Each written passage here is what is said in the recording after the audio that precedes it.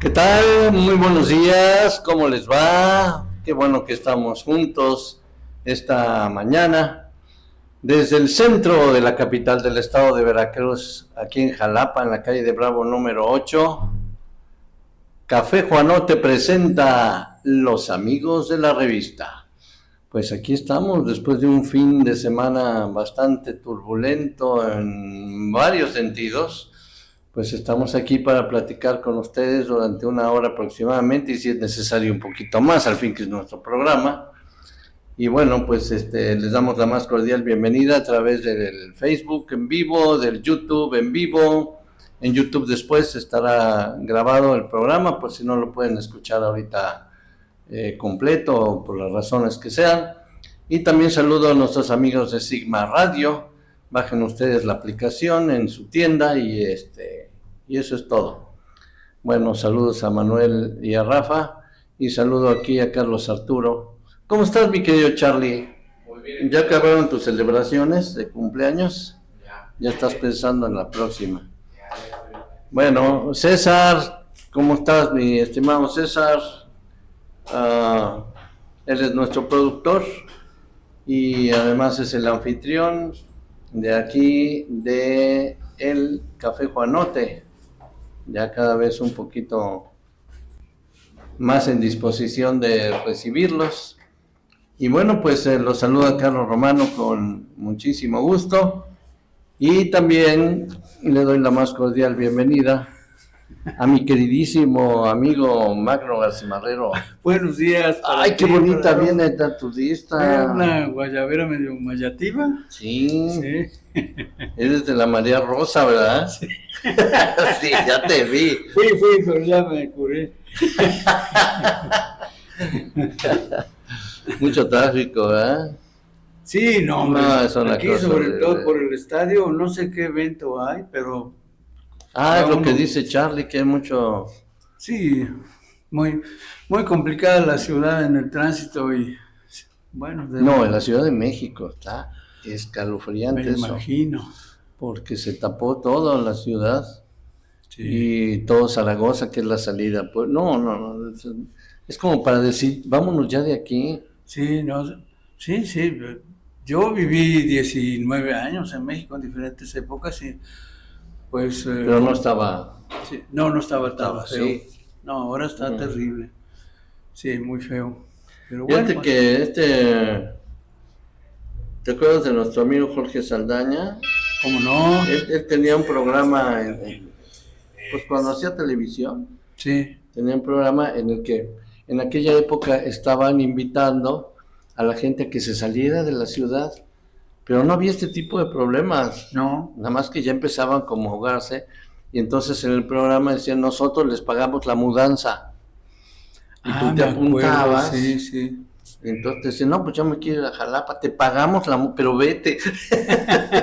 Pero vete de aquí. Bueno, a ver, mira, creo que en la agenda de hoy tenemos dos cosas. Uno, quiero como el espejo retrovisor, ver tantito lo de la FILU, y luego pues tendríamos que darle un buen tiempo a lo de la elección. Lo de la elección, sí. Pero bueno, lo de la FILU ya es algo, no tristeza, sino es como se quedan un poco vacío después de una semana, sobre todo quienes han estado ahí como Lupita Páez, que merece una medalla de oro, y todo su equipo de trabajo por este trabajo es un monstruo. Y mira que es una feria chica. No, hombre, pero la organización debe ser tremendo trabajar. Sí, ya más detalles, y está solucionando cosas. Y ayer yo estuve en el foro principal, pero como era domingo, competimos con un payaso que estaba en las escaleras con un sonido que competía con el nuestro. Y tenía un montón de gente en las escaleras, nosotros también afortunadamente, pero era domingo, es día de payasos y es el Paseo Los Lagos, pues ni modo que le dices, bájale tantito, pues no. Pues no. Pero sí te das cuenta de que somos como minoría, ¿no? Quienes leemos, sí, y quienes nos llama la atención estar en una feria, compres o no compres, pero finalmente es como un paseo, ¿no? Y afortunadamente, como siempre, pues salió, les fue muy bien. Sí. Tuve el gran gusto de platicar con Pedro Miguel de La Jornada sobre Trump, y luego el domingo un gran gusto con David Toscana, que es un escritor multipremiado, pero fíjate que no lo conoce la gente. Es que voy a entrevistar a David Toscana. ¿A quién? O sea, es un escritor mexicano que tiene los premios principales que se les da a los literatos.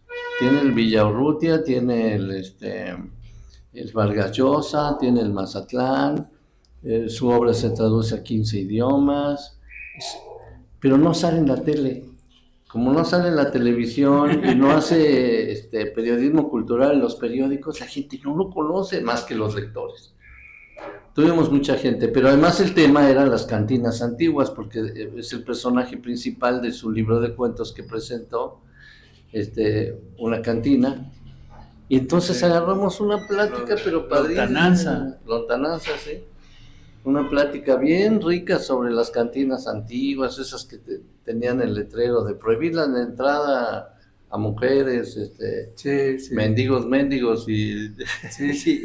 y uniformados, los clásicos olores a orines, el escándalo. El escándalo, los meseros que tiraban la charola para espantar Era al aquí público. Aquí en Las Palomas. Las Palomas. Esa Pero era- imagínate los pobres crudos que van así temblando y de repente Sí, aventaban la charola. charola de lámina. Y eran unos ricos. Rifaban para botanear ahí en esa cantina un pollo. Sí. Y entonces el pollo iba en barbacoa, no sé dónde lo conseguían, exquisito. Y ya anunciaban y había que ir a pagar el boleto y empezaban la rifa, pues la rifaban ahí mismo con numeritos y papelitos. Sí. Y decían, se va el pollo. Y entonces ya todo el mundo se ponía listo y sacaban un papelito y el de la 2 no come pollo. Ya perdió. Ya perdió. Y así como el número no era precisamente el primero que saliera, sino que se lo daban al número que todo el mundo decidía, que el 4 o el 5 o el 6.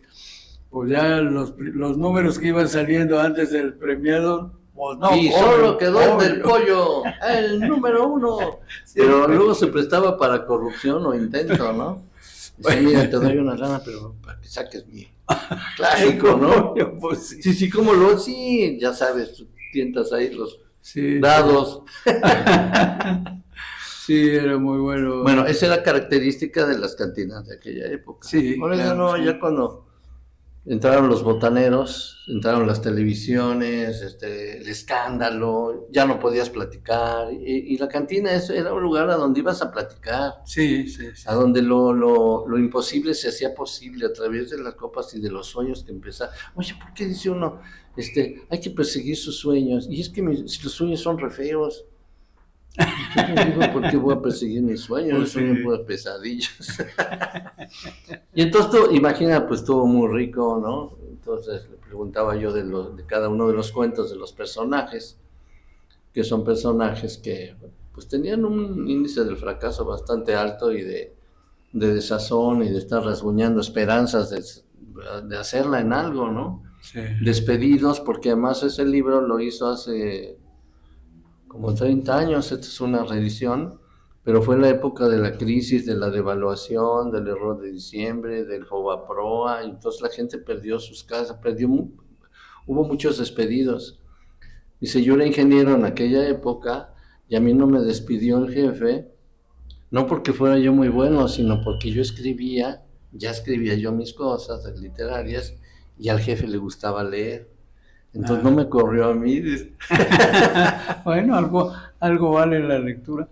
Tengo una amiga que pues sabe que yo escribo y el otro día, yo creo que para bajarme los humos, me dijo, aquí en Jalapa levantas una piedra y salen escritores como hormigas.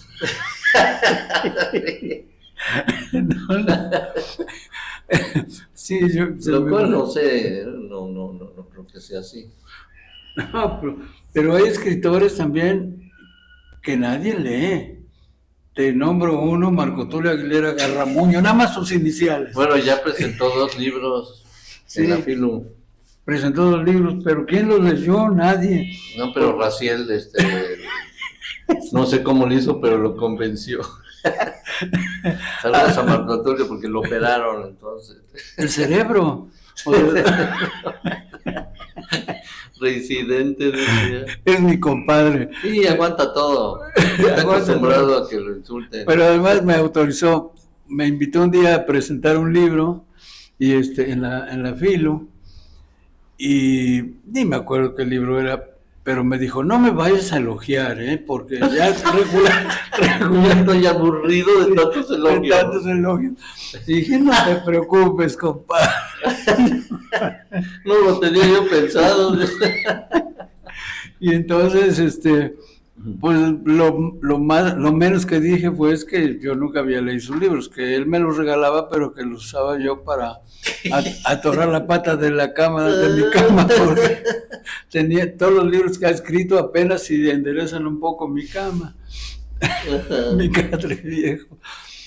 Pero efectivamente en Jalapa hay muchas personas que escriben, pero pues sí, hay gente distinguida, escritores en Veracruz, en México.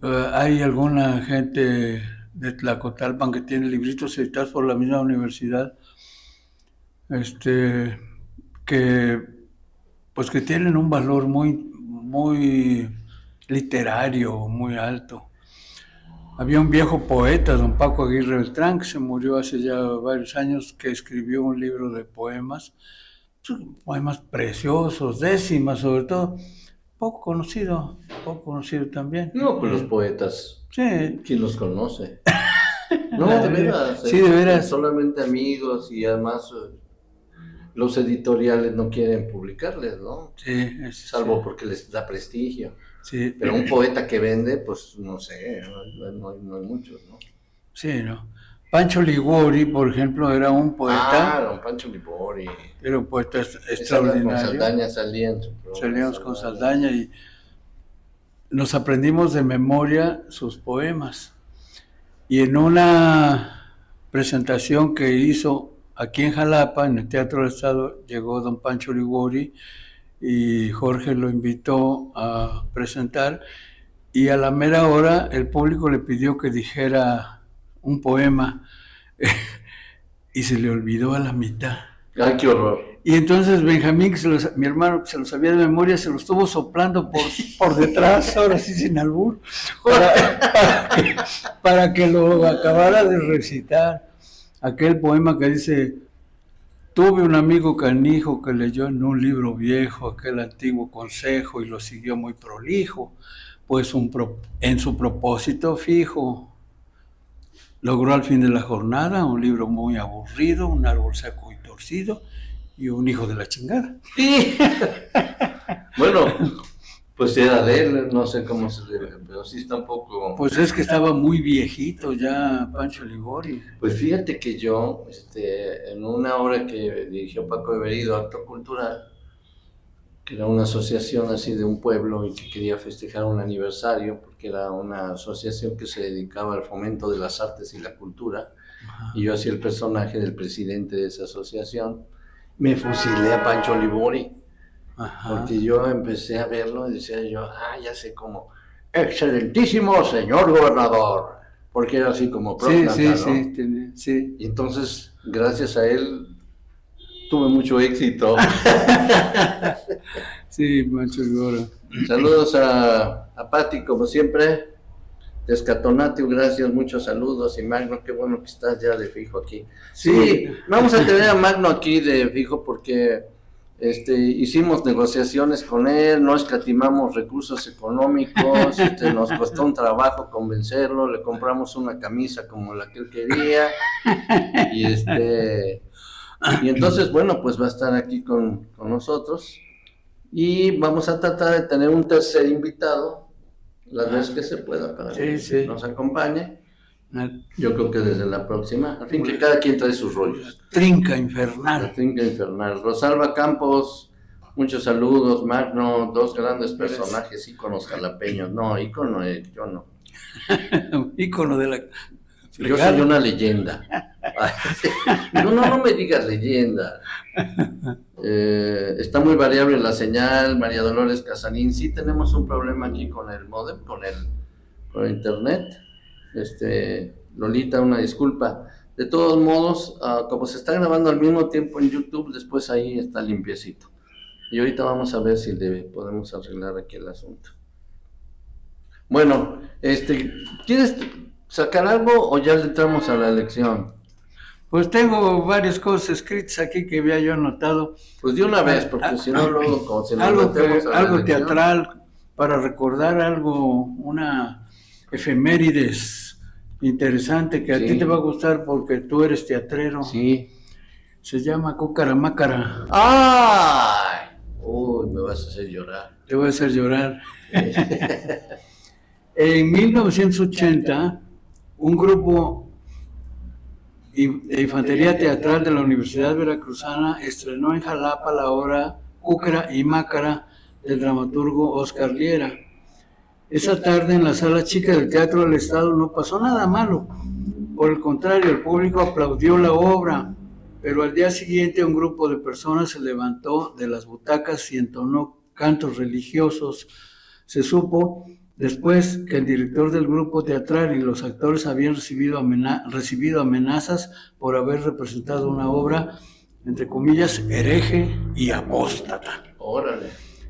La pieza teatral narra, con alegorías humorísticas y caricaturas, un hecho histórico ocurrido el 14 de diciembre de 1921, cuando una bomba explotó en la Basílica de Guadalupe y destruyó una gran parte del altar mayor, y las imágenes que ahí se encontraban, entre las cosas que más o menos quedaron sanas, aún existe un Cristo de bronce, curvado por la fuerza de la explosión, que se exhibe como supuesto milagro de resistencia divina. En la escena teatral no se habla, por supuesto, de un lugar real, sino de uno ficticio llamado Cucaramácara. Pero para quienes conocemos la historia, no pasa desapercibida la realidad. Dentro de la trama se unge como santo a un personaje llamado el Garberto, que es ni más ni menos una parodia de Juan Diego, aquel indio cretino a quien Fray Juan de Zumárraga le atribuyó el testimonio de la aparición de la Guadalupana y que la Iglesia se abstuvo de canonizar durante 471 años hasta que Juan Pablo II, Papa inescrupuloso, lo canonizó el 9 de diciembre del 2002. En la representación, los personajes religiosos adolecen de alcoholismo, misoginia y estupidez. El 28 de junio de 1981, el grupo teatral presentó la obra en el Teatro Juan Ruiz de Alarcón, en la Ciudad Universitaria de la Ciudad de México. En el momento más espectacular del escenario, un grupo numeroso del público, armado con tablas a las que les habían insertado clavos, además de cadenas, chacos y otras armas de contusión, atacaron a los actores hasta sangrarlos. Quienes intentaron salir del lugar no pudieron porque los atacantes tenían cancerberos armados en la puerta del teatro, impidiendo la salida. Las denuncias por las lesiones no progresaron. Dios perdona a quien hiere en su nombre. Y el gobierno también. No, sí, eso estuvo terrible. A mí no me tocó esa vez porque yo todavía no estaba en el reparto. Pero sí vi la obra y me bajaba yo a ver los ensayos porque yo trabajaba en Radio V y abajo estaba en la sala chica y yo, pues mis amiguitos. Y ya después Enrique Pineda me hizo el favor de invitarme a la lectura conmemorativa de los 40 años de aquella paliza, y aquí la presentamos y ya me dio un personaje. Y pues ya hice realidad mi sueño de haber estado en ese montaje. Pero sí, hay muchas anécdotas alrededor. La primera que les gusta mucho es que se hicieron muy famosos. Sí, porque pues hubiera pasado desapercibido. Realmente, pues un montaje, está divertido, ¿no? Y para quien se sentía agraviado, pues sí, también. Lupita Valderas estaba muy molesta por el montaje. Porque se pitorreaban del Espíritu Santo, de la Iglesia, de la curia y del cardenal y afeminado. Y además todos estaban muy bien escogidos los personajes, ¿no? Sí, yo lo recuerdo. Yo vi la obra aquí en Jalapa, Ajá. la presentación. Y Pero fíjate que ya desde aquí, esta fue la primera llamada. Ya en México, entraron muchos chavos, se pusieron en la primera fila, les vendieron boleto, pues digo, no había ningún problema. Eso de clavos con tablas no, pero sí llevaban chacos y macanas y todo. Y en un momento dado de la obra, cuando llevan a El Alberto, lo están santificando todo en un gran pitorreo, porque lo están en un palanquín hasta por allá arriba. sí. Y santo, santo, santo, señor El Alberto, y flores y todo, de repente gritan abajo, romanos, y que se suben. Y entonces empezaron a golpear a todos, pero Cobitos, que era el actor, que además era bajito, Sí. Desde allá arriba decía, no me suelten, no me suelten, pero los que lo estaban cargando, pues tuvieron que huir, esconderse Pues sí. entre piernas y todo, y entonces de plano los... Y Enrique Pineda, que era el director, no iba a actuar, lo que pasa, Paco Campos se enfermó de gripa, creo que hacía un sacerdote. Entonces ya no, dice Enrique, pues se sabía la obra, pues ya te suplo, ¿no? Y a él le tocó que le fracturara el brazo. Fíjate nomás. Pero entonces la prensa y todo eso, pues llegaron y los hicieron bien famosos, ¿no?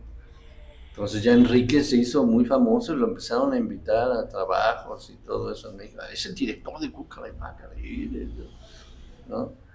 Y aquí Hay que cuidarse de los fanáticos. No, Ese sí, es la que... moraleja es esa.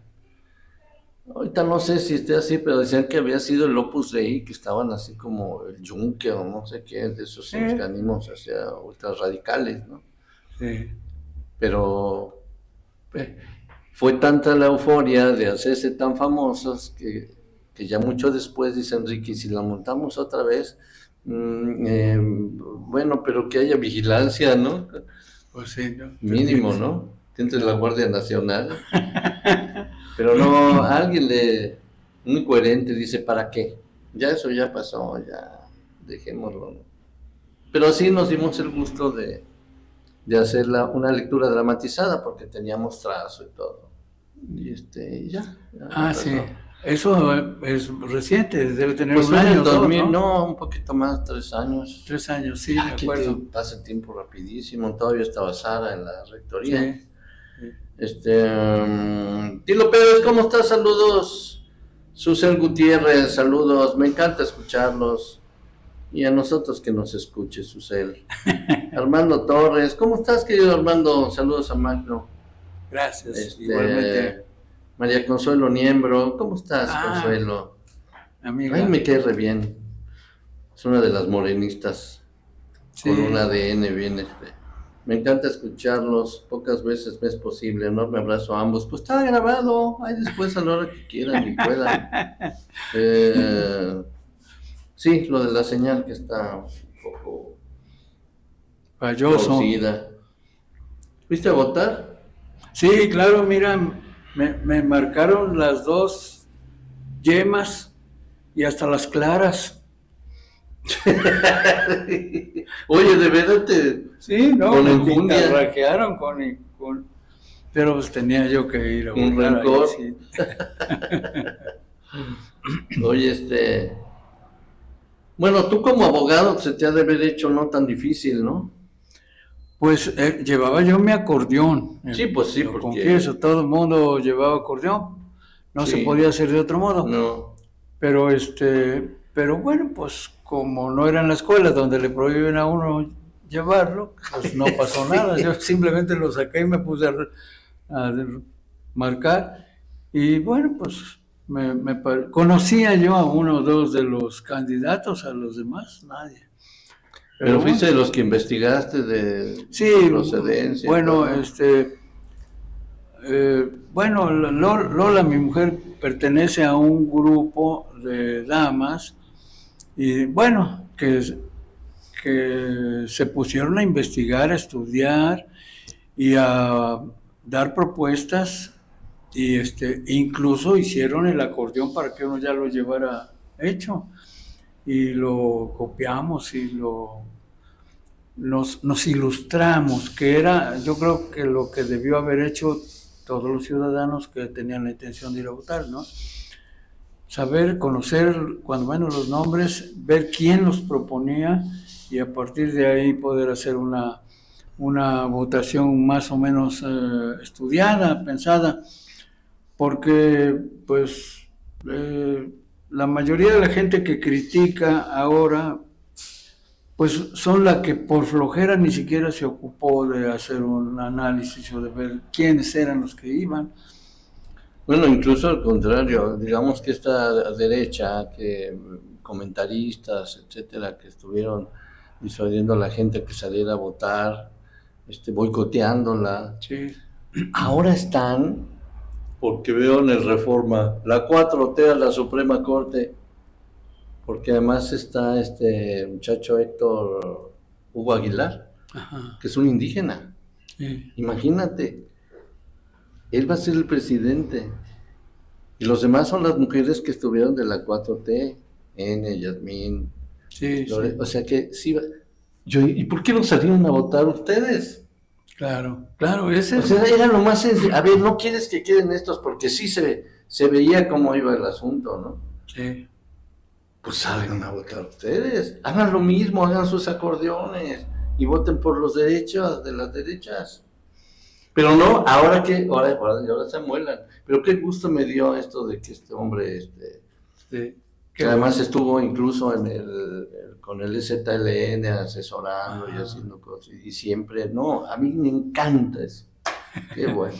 Y fíjate que solitos se metieron la puñalada porque el invitar a no votar era dejar abiertas las puertas para que quienes sí pudieran votar o si quisieran votar o si votaron, pues llegaran al propósito que se habían hecho. Pues que éramos la izquierda. Claro, ¿Para qué nos dejan la puerta y nadie la vigila? Claro. Entonces, lo único que demostraron estos grupos invitando a no votar era que son muy tontos. De veras que sí, que pero ahí sí se pasaron. Sí, sí, ahora sí se pasaron de tontos. Es que apostaban a que no hubiera la cantidad de votos necesarios y que se invalidara la elección, pero era muy difícil. Sí, era muy difícil y no se podía invalidar con, bueno, pues con 1000 votos que hubiera habido ya, como quiera que sea, hubiera habido razón para... Sí, a mí me dio mucho gusto porque en Tlalnehuayocan, pues que es una zona semirural, aunque yo vivo en la colonia Guadalupe Victoria, que digamos que es otra de las partes del municipio, pero el pueblito, digamos, está allá arriba. Pero es una colonia muy popular y es gente de escasos recursos que con mucho trabajo se han ido haciendo sus casas ahí, como han podido. Y entonces estaban llenas las casillas allí y señoras humildes allí. A una viejita sí la dejaron que su nieto fuera y le dijera, se tardó como 2 horas en llenarla, ¿no? Sí. Pero sí, a mí me dio mucho gusto. Yo pensé que no iba a haber nadie, ¿no? Y yo sí, de repente me sentí como en la escuela, que no había yo estudiado bien.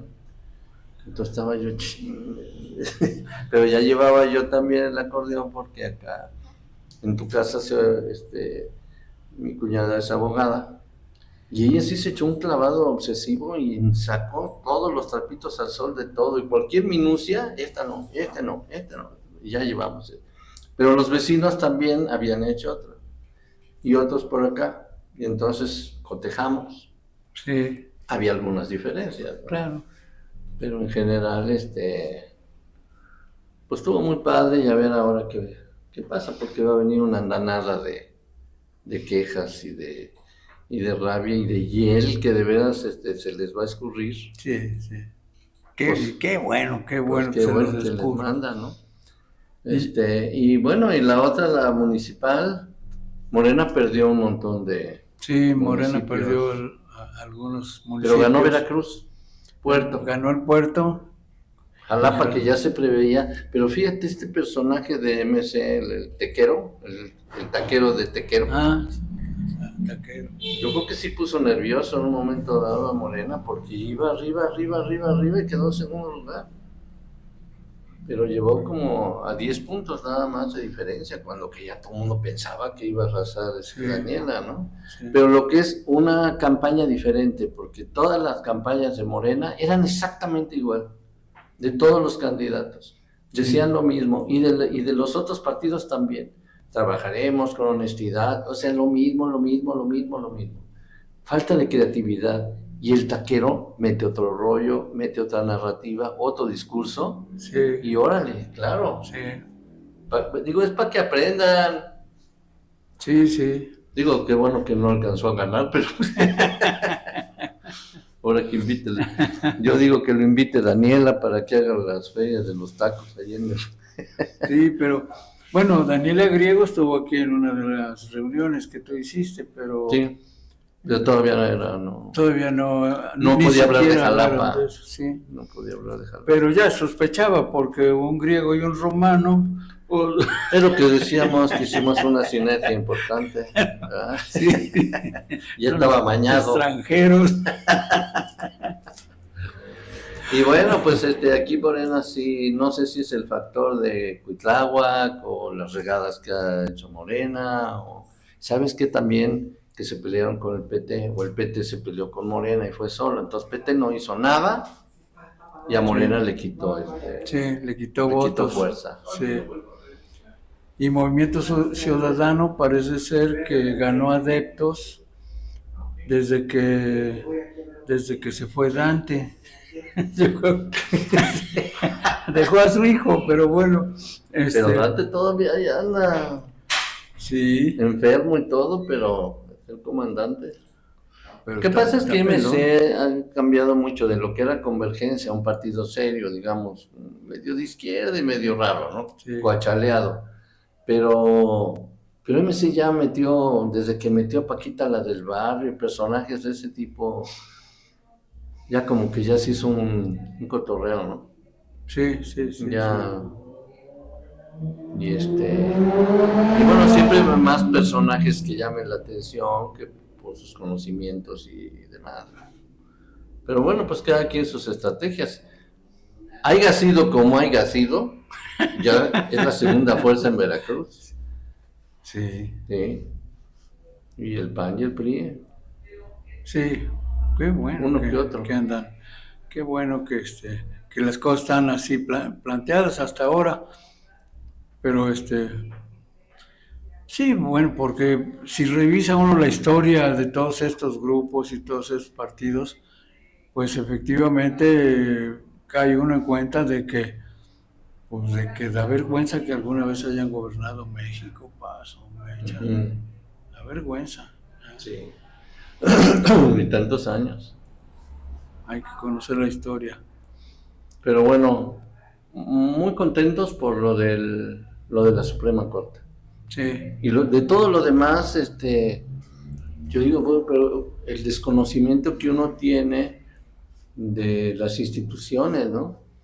Que de la judicatura, del tribunal de esto, del tribunal del otro, y si en ese momento el maestro te pregunta, a ver, niño, este tribunal, ¿para qué es de lo contencioso? Pues, no sé, maestro.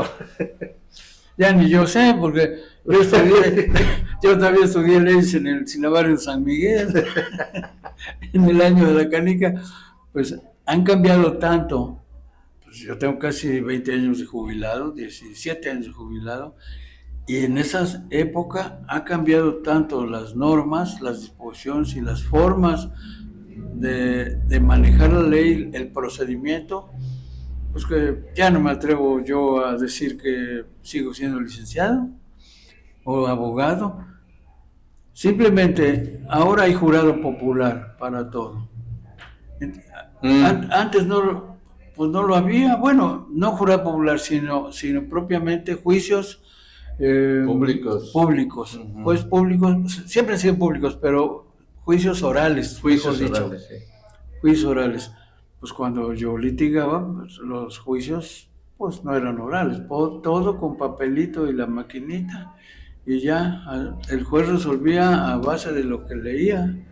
Yo tengo una hija y una nieta abogadas, pero en la escuela sudaban porque fue cuando entró esto de los juicios orales. Y entonces es como en las películas de Estados Unidos, ¿no? Que el Sí, abogado defensor o el fiscal, según la labia que tenían sí, y sí, el sí, grado de histrionismo para quedarse mirando al jurado y sí, señalar y todo, pero acá no, acá como tienen que improvisar, sí, sí, pues así es es, difícil, así ¿no? es, sí. Y el jurado popular, bueno, en México siempre existió, pero solamente era aplicable a delitos del fuero federal. Entonces se le aplicaba regularmente a carteros que se robaban, ¿no?, un sobre con dinero, o, Mm, a empleados del gobierno federal, ujú. y entonces pues era como se conformaba un jurado popular.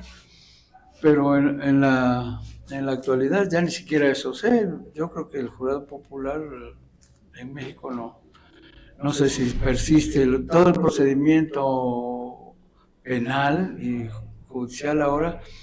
Pues es que como que eso, em, ayuda para que no haya corrupción y que Sí, no te arregles con el juez acá, sí, ¿no? sí, Que sí, ojalá que con esto de la reforma se solucione, si no totalmente, por lo menos que sí. sí se le baje, ¿no? Aunque acabo de ver una película gringa en donde corrompen a todo el jurado popular, ¿eh? Pero es película. Pero como le hicieron, no puede ser, ni los dejan hablar, los tienen secuestrados. Es una película interesante porque enjuician a un vendedor de armas que es archimillonario porque hace armas y vende armas. Ujú. Entonces, hay una viuda que murió porque alguien que compró un arma lo mató, y eso es el pretexto para enjuiciar al vendedor de armas. Y este tiene la capacidad económica suficiente como para intentar corromper a todo el jurado. Y, y esa es y bueno, pues puede ser realidad, porque en un momento dado, pues la gente más rica en Estados Unidos es la que maneja la producción de armamento, es un país bélico. Pues sí, aquí no funcionaría porque inmediatamente los amenazarían de muerte, ¿no? Pues sí, El crimen organizado. pues sí, aquí donde compras un arma. Sí. Bueno, hay alguna tienda, una resortera, un charco, eso sí lo puedes comprar. Perdón por el problema de la señal, ¿eh? No es cosa de Charlie, sino que es una cuestión aquí del módem y del internet. El programa ya lo está grabando al mismo tiempo y va a estar íntegro, impecable al ratito. Dentro de 15 minutos, bueno, no, un poquito más, ya lo podrán buscar. ¿Te acuerdas de los teléfonos que había ¿De en dedo? el siglo XX? Más que los de dedo, estos que empezaron que eran unos grandotes, Ah, sí, pero que sí, nadie traía, porque además eran muy caros. sí, De hecho, si tú recibías una llamada, tú tenías que pagar esa llamada que te sí, hacían. sí, sí, Pero entonces los fantoches hablaban, sí, hola, ¿cómo estás? Y todo el mundo, oye, ¿no? O sea, trae teléfono, ¿no? sí. Bueno, Teléfonos parecían caja de leche, eran más o menos sí, como este paquete de ándale, y café sacaban una antenota. con una antenota.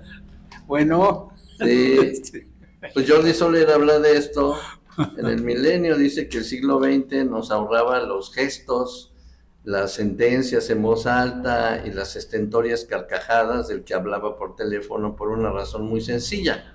Hablar por teléfono en aquella época, que cada vez parece más idílica, era un acto solitario que se hacía en privado, como como el ir a baño a hacer del 2. El teléfono sí, estaba enchufado a una pared y quien hablaba estaba circunscrito al metro cuadrado que había alrededor de la mesilla en la que estaba el aparato.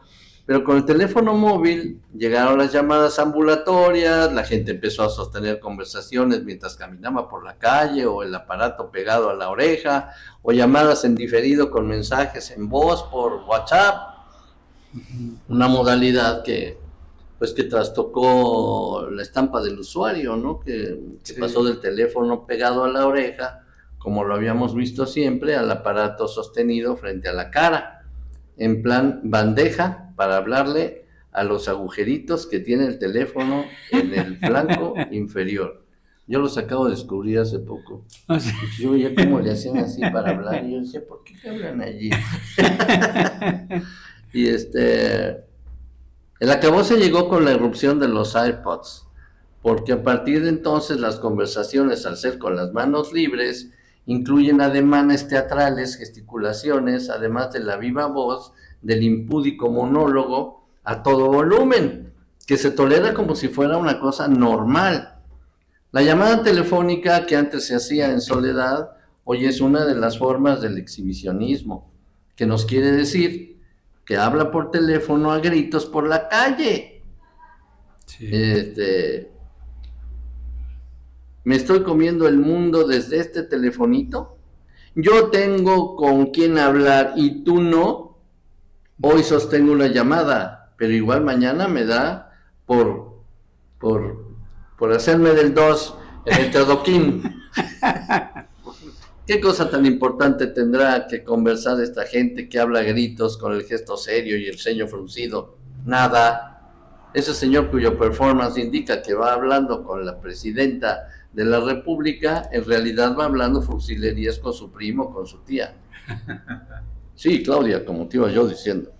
El uso de los audífonos ha variado, pero para mal, porque la persona aislada del mundo que oye música para sí misma, está bien, se ha convertido en una persona también aislada del mundo que emite ruido, visajes, manoteos, muecas y mohines, una estruendosa, ridícula toxicidad. Sí, es cierto, ¿verdad? Sí, sí, sí. Sí, a mí me tocó todos esos. Sí, ¿no? Y a ver, hay por ahí algunos chistes que no me he podido aprender de quien se mete al baño público de alguna tienda y se sienta en el excusado y empieza a hablar por teléfono. Sí. Y el que está junto cree que está hablándole a él. Sí. Y se entabla un diálogo muy bien elaborado. Sí, pero en lugar de tardarse 5 minutos, se tardan 15, ¿no? Sí, y los de afuera a ver a qué hora, ¿no? Oscar Millán, buenos días, saludos a los dos. Gracias. Magistrados de Radio V. Ninguno de los dos somos ni magistrados ni de Radio V. No, ni fuimos. Te equivocaste de estación. Oscar, saludos. Toño Licea, saludos a los dos. Qué bueno que están juntos. Bueno. ¿Traes algo más? Sí, traigo varias cosas, 2 o varias. Traigo aquí un texto que se llama Condonación, no sé si lo lea yo. Condonación. Sí. Bueno, si no te gusta me dices y me detengo. Está escrito hace varios años por una noticia que leí en el periódico. Ajá. El delegado de la Secretaría de Medio Ambiente ha condenado el desuso, bueno, el uso, pero más bien el desuso del condón. Ah, sí. Sí, lo condenó. ¿Eso es cierto? Sí, lo hizo con tanta vehemencia como la Iglesia ha condenado el uso. Pero era preservativo, ¿no? Sí, ¿O ya se decía condón? No, sí, condón se ha dicho desde... Ah, porque antes condón era preservativo, condón era como grosería. Bueno, sí, no, siempre se ha usado condón. El preservativo ya es más moderna la expresión. Entonces al revés. Sí, al revés. Dijo el funcionario que los condones que se van por el desagüe complican el manejo de las aguas residuales. Son tantos que rebasan la capacidad de la institución que tiene a su cargo la defensa del medio ambiente. Los moteles diseminados por la ciudad son los que aportan el porcentaje más alto de condones desechados, pero no son los únicos. Domicilios poco obedientes a las recomendaciones de la Iglesia también integran alguna cuota de ese condonado sacrilegio. Tienen razón los padres de la Iglesia en cuanto al rechazo a ser padres de familia mediante el uso del condón, porque no solo constituye una falta de lesa familia, sino que ahora se descubre que es una falta de lesa ecología. Se tienen noticias del uso del preservativo en Egipto desde 1000 años antes de la era. se manufacturaban con tripas de animal y eran cocidos a mano finamente en un extremo, en el otro extremo se sujetaba con una cinta con la que supongo se podía hacer un pequeño moñito. En 1980, en Inglaterra se hicieron algunas excavaciones en el castillo de Dudley y se encontraron algunos preservativos bien conservados a los que se les atribuyó data de los siglos XVI y XVII y XVIII. Ahora se exhiben en el Museo Británico de Londres. Están hechos de la porción intestina del ciego del cerdo. Fue hasta hace muy poco tiempo, quizá en la década de los 80, cuando en México comenzó a generalizarse el uso del condón masculino y el femenino aún está en ciernes. Así que el atentado a la ecología por el desuso, o sea, después del uso del condón, es también muy reciente. Yo recuerdo que tomábamos como curiosidad hace 25, 30 años el sintonizar en alguna radio de onda corta una estación cubana que anunciaba: pique a su novio sin temor al embarazo, use condones Pegaso. Y así, sí, una estación cubana. Nos divertía mucho el anuncio porque el contenido era ofensa a la moral cristiana, pero no nos parábamos a pensar que la convocatoria al uso del preservativo o del profiláctico llevaba una gran dosis de seguridad en contra de las enfermedades venéreas y embarazos no deseados. Tuvieron que pasar muchos años para que llegáramos a entender que era asunto de salud pública y a la etapa de repartición de condones gratuitos en los carnavales del puerto de Veracruz, por ejemplo. Sí. Pero ciertamente tenemos que ayudar a pensar en una solución a la abundancia de condones desechados que van a parar seguramente al mar. Debe ser nauseabundo pedir un guachinango al mojo de ajo en algún restaurante boqueño y que al partirlo nos encontremos dentro de un condón de segunda mano. No, ya no me digas. Y digo mano para que no sea pene, para que no sea pene usted. Es posible que en algún país civilizado que invierta dinero en investigación, porque aquí en México el dinero se usa en otras cosas, es posible que se invierta, que se invente el condón soluble. Podría inventarse el condón soluble que inmediatamente después del uso se vuelva agüita. Podría hacerse de la misma galleta de los barquillos y conos para helado, que después de comerse el amantecado se puede usar, lo puede uno masticar y comérselo. O posiblemente se invente el condón integrado y permanente con puertecita enfrente como los sostenes maternales, pero con broches de seguridad, claro está. Quizá no sea tonta la idea de los condones multiusos que no se desechen a la primera, sino que permitan varios kilómetros de rodamiento y vulcanización periódica como las llantas de taxi. Otra posibilidad que sí está a nuestro alcance es que se hagan centros de acopio como se hace ahora con las pilas eléctricas, que desde que alguien inventó que son altamente contaminantes, nadie se ha puesto a pensar si eso es cierto o no, sino que grupos de comerciantes altruistas ponen viejos botellones u otra clase de recipientes para que la gente consciente eche allí sus pilas viejas y con eso alivie su conciencia ecológica. De igual modo, podría ponerse en la puerta de los moteles depósitos para que pase la gente a dejar sus profilácticos después del último uso.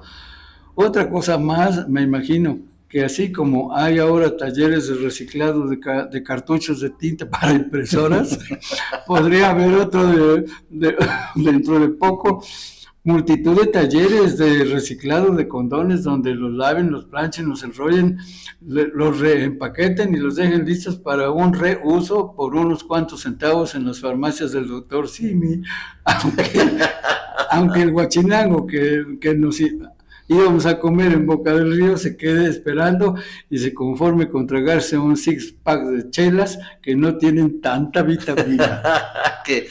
¿Cuándo escribiste eso? Eso ¿Cuándo fue? Lo escribí hace como 8 años, porque salió la noticia precisamente de la autoridad ecologista comentando que pues que es un problema con los condones en... Es que si te paras en una farmacia y ves, no había antes de colores, sí, sabores, sí. Transparentes, sí, ultra delgados, sí, y bueno, todos tratan de llamar con orejas. Hasta con orejas. Sí. Bueno, pues había unos que había una persona, que no digo su nombre, pero los vendía. No lo digo porque no me acuerdo cómo decía que había unos con picos. Sí. Que era para dar más placer, ¿no? Sí. Y además eran como las mascarillas que los podías lavar y los cuelgas. Y luego en un ventarrón para dar la casa de juntos y es la abuelita. ¿Y qué es esto? Ay. No, sí, no. Condom era el doctor que inventó esta cosa de los... no sabía yo. Condom, por eso es el condón. Pues, ¿El condón? ¿Que se escribe condón? No, pues incluso el otro día leía yo que se había descubierto en algún lugar del mundo, en Egipto, un condón de oro. Ya, como... Pues sí, yo creo que, bueno, no haber sido un estuche o en vez de condón, ¿no? Pero bueno, algún gusto. Pues solo algún arco de aquella época, ¿no? Imagínate, de oro. Sí. Solo para tenerlo ahí de adorno. Pues Hermann Bellinghausen dice que todo comenzó en la jornada, todo comenzó cuando la del 9 permitió que sus falderos orinaran los rines cromados de la camioneta de la del 4, a quien detestaba irracionalmente. La del 9 negó los cargos. Y sí, no fue a propósito, dijo. Más, para eso hay cámaras. Y clarito se veía como la señora jalaba recio a sus perritos hacia la camioneta del año y los ponía a mear ahí. La sanción vecinal simbólica enfureció a la del 9 por puro orgullo, y la siguiente vez vació la bolsita de caca de sus perrículos en el tapete del pasillo principal. Ante la falta de reacción general, la del 9 repitió la operación mierda sobre el tapete de su enemiga del 4. Lo siguiente fue una demanda ante la Procuraduría de Asuntos del Hogar por contaminación hostil de la propiedad. Los vecinos aportaron pruebas. La del 9 contrademandó. Entraron en escena los abogados. La cosa tomó tintes políticos, pues la del 9 simpatizaba con un partido y la del 4 con el otro. En otro tiempo, cuando se hablaban, que algún tiempo se hablaron, la del 9 solía insultar a su vecina. Para eso hablaban. Sí. Acudió al partido de su preferencia que gobernaba la circunscripción, habló con su diputado y este llamó desde la tribuna del Congreso a envenenar a las mascotas del partido opuesto. Al parecer, la idea fue la de la del 9. Y entonces se incendió la pradera. Las primeras defunciones fueron televisadas. Luego era tanto perro muerto que se volvió un tema de salud pública. La masacre de gatos fue menos visible. Ocurría en patios y azoteas. No faltó quien lanzara bisteces con estricnina a las ventanas abiertas. Los medios masivos ladraban y ladraban, pero eran los fanáticos los que mordían. La gente dejó de sacar a sus perros. A los gatos les cerraron las ventanas. Pero ya ven cómo son, ¿no? Muchos escapaban para no volver o hacerlo en las últimas.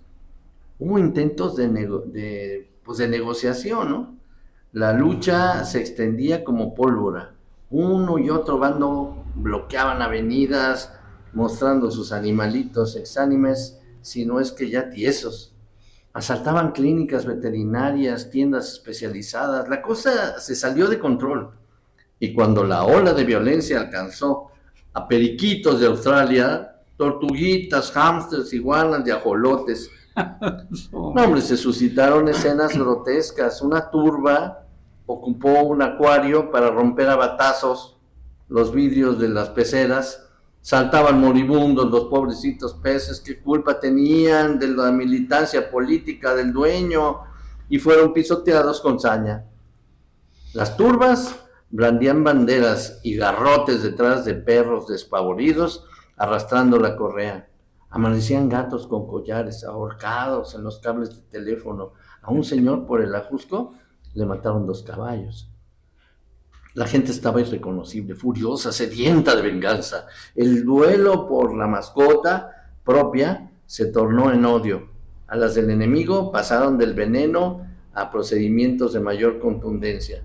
Y resultó que los domicilios guardaban muchas más armas de las registradas e intervinieron los bomberos. Es muy larga la nota, pero está muy... Sí, está muy interesante. Sí, búsquenla en la jornada. Hermann Bellinghausen escribe los lunes. Entonces ayer, pero la pueden encontrar fácilmente, ¿no? Sí. No, en toda una historia ahí loquísima. Y sí es cierto, ¿no? A veces por cuestiones así tan futiles, aparentemente sin importancia, terminan ahí asesinados porque el perro ladra demasiado. A Coquis Gómez le pasó una cosa así, que tuvo el dueño de un perro irascible, el perro y el dueño. Y bueno, fue muy, muy feo el asunto, ¿no? Yo tengo, donde vivo, pues se ha ido convirtiendo casi como en un patio de vecindad, entonces la mayoría de los vecinos tienen gatos. Por suerte no, nadie tiene perros, pero yo creo que hay cuando menos una docena de gatos que pasan por mi casa como si fuera su casa, entran, salen, piden de comer y ya una gatita que ya se quedó a vivir dentro de la casa y ya no se sabe. Sí pasa así. Sí. Y bueno, pues mi mujer ya la adoptó, o más bien la gata adoptó a mi mujer. Sí. Y hay una vecina que odia a todos los gatos porque tiene un jardín muy bien arregladito y los gatos van y rascan y se hacen ahí sus necesidades y pues vuelven a tapar porque los gatos son muy educados y muy decentes para esos asuntos. Pero esta señora está muy agresiva con los gatos y un día me dijo, oye, yo creo que los vamos a envenenar los gatos. No, ni te atrevas, es peor. Uh-huh. Porque luego tiran los gatos, vienen los opilotes, se los comen y se mueren los opilotes. Permíteme tantito, vamos a despedir a Radio Sigma, que ellos sí son puntuales y respetan los horarios y nosotros no. Nosotros seguimos aquí platicando. Bueno. Y entonces me dice, pero pues es que tú eres demasiado tolerante. Pues sí tolero a mis vecinos. Ya con eso está dicho todo. Con eso está dicho todo. Pero sí hay cosas que la gente hace o no debe hacer y que no debe hacer. Venden en algunas tiendas esos bebederos de miel para colibríes, por ejemplo, uh-huh. Y como en el área donde vivo hay un jardín, entonces ha habido vecinos que cuelgan esos bebederos que le ponen miel de agua con azúcar. Sí.